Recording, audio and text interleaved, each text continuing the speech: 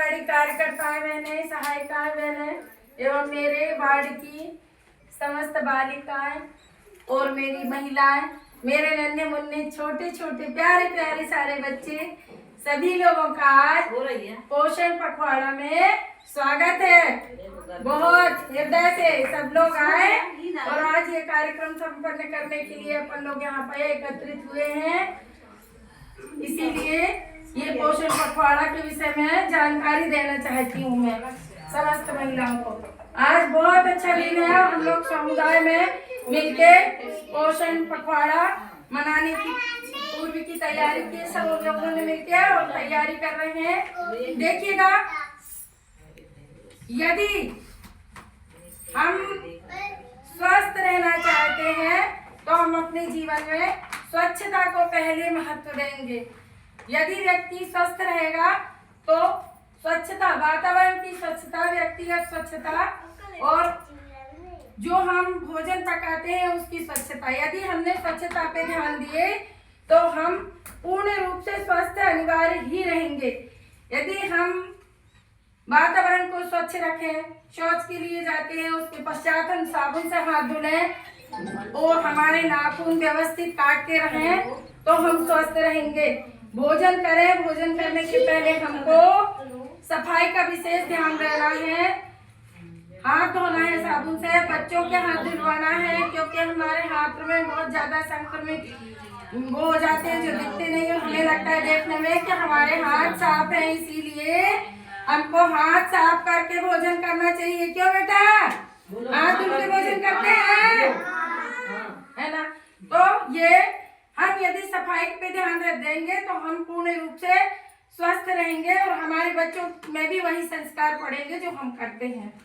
भोजन में हमको दाल में मिक्स दाल सप्ताह में 2 बार खाना चाहिए।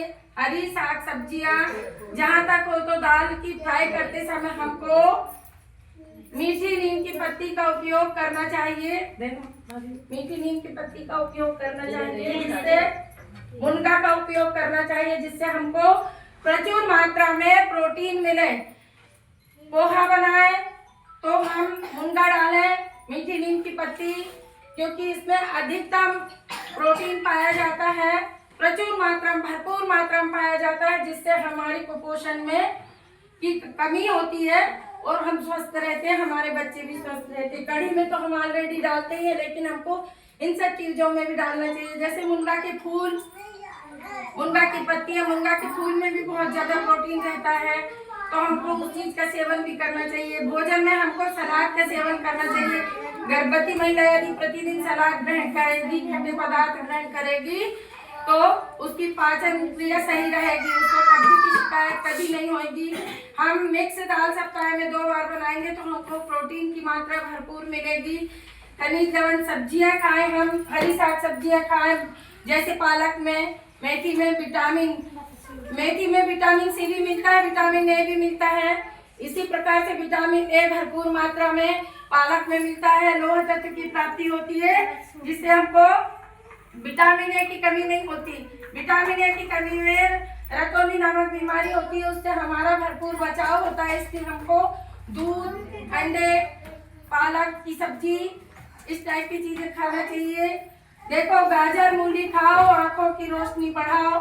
पपीता, पीले पदार्थ, पपीता, आम, इसमें भी हमको विटामिन भरपूर मिलता है। और जैसे विटामिन ई के लिए हमको अंकुरित चीजें, अंकुरित दालें, मूंगफली के दाना, बरबटी, ये चने, ये सब चीज अंकुरित करके और खाना चाहिए। विटामिन बी के लिए जैसे हम तेल लेते हैं और सब्जियों में भी बी की मात्रा होती है। विटामिन सी की मात्रा खट्टे पदार्थों में जैसे आम, संतरा, नींबू, दही, छाछ, इन चीजों का उपयोग हमको भरपूर मात्रा में करना चाहिए। और गर्भवती महिला को प्रतिदिन इतनी भोजन के पश्चात इतना गुड़ ग्रहण करना चाहिए जिससे हमारे शरीर में लोह तत्व की कमी न हो पाए। भरपूर मात्रा में हमारे शरीर में खून की मात्रा रहे। हरी साग सब्जियों को खाने से हमारे शरीर में ताजगी बनी रहती है। गर्भवती महिला बार बार यानी कि दिन में 4 बार अतिरिक्त भोजन करे, क्योंकि उसके पेट में नवजात शिशु पल रहा है जो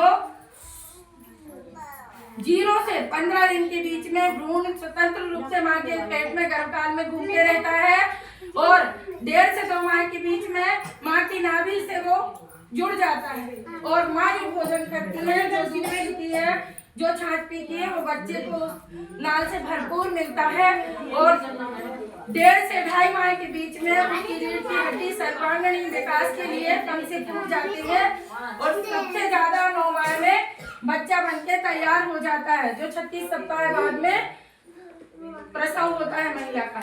इसके लिए हमको भरपूर मात्रा में दाल, चावल, आलू में स्टार्च पाते हैं, चावल में स्टार्च, तेल, घी की मात्रा भी रहना चाहिए। इसी प्रकार से हमारे बच्चों को भी हम भोजन में जैसे कि दाल चावल देते हैं, आंगनबाड़ी में तो पाते हैं पूरा पोषण आहार, लेकिन वो घर भी जाए तो उनको घी देना चाहिए दाल में। यदि घी नहीं है कभी तो वो तेल की मात्रा भी दें, लेकिन उनको वसा की पूर्ति होना चाहिए क्योंकि बच्चे ज्यादा खेलते हैं।